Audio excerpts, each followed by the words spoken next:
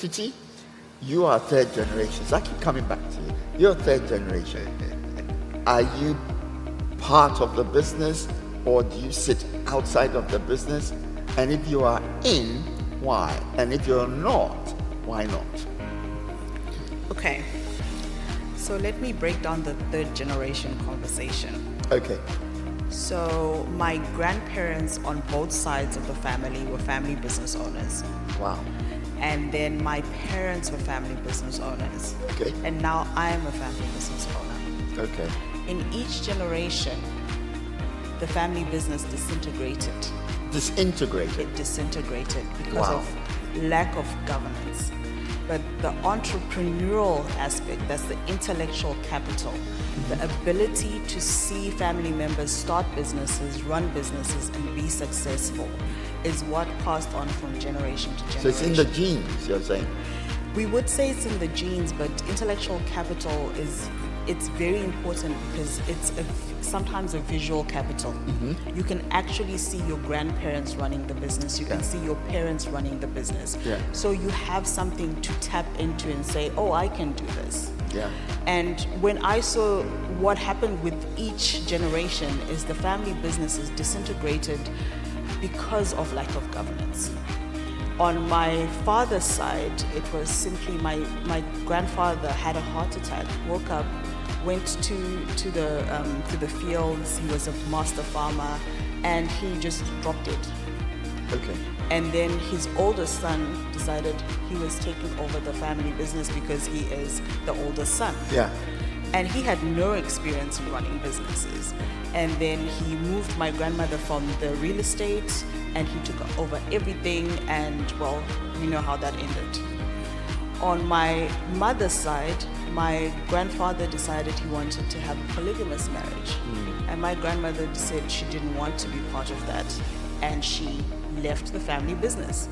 It so happened she was the one who was actually running the family business. Okay. So after she's left, after a couple of years, it starts to disintegrate. So that already shows you that it wasn't the business's failure, it was the family's failure because they never were able to collaborate to make the business entities successful. I could see growing up that I wanted to be an entrepreneur because I saw it. Yeah. And that is intellectual capital.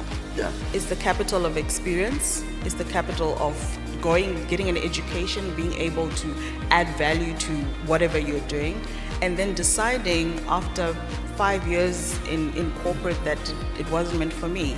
And I began being an entrepreneur at 19. And 21 years later, I'm still here. Wow. And I've been building family businesses.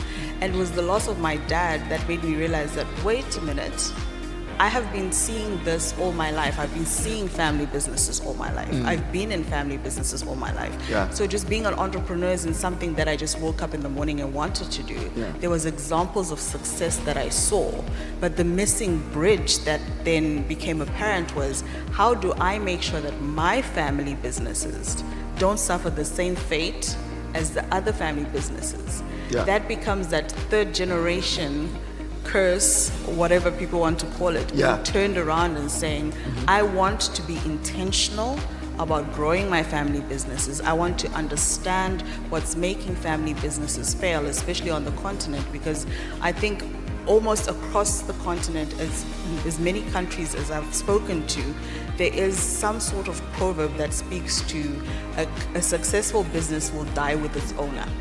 Yeah.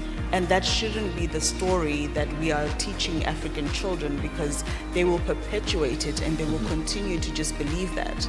We need to start giving and feeding them information about how they can be better, how they can make their families work in the business and work for the business and make the business work for them and build that generational wealth conversation. Absolutely super, and I'm really delighted that you've taken us on that journey.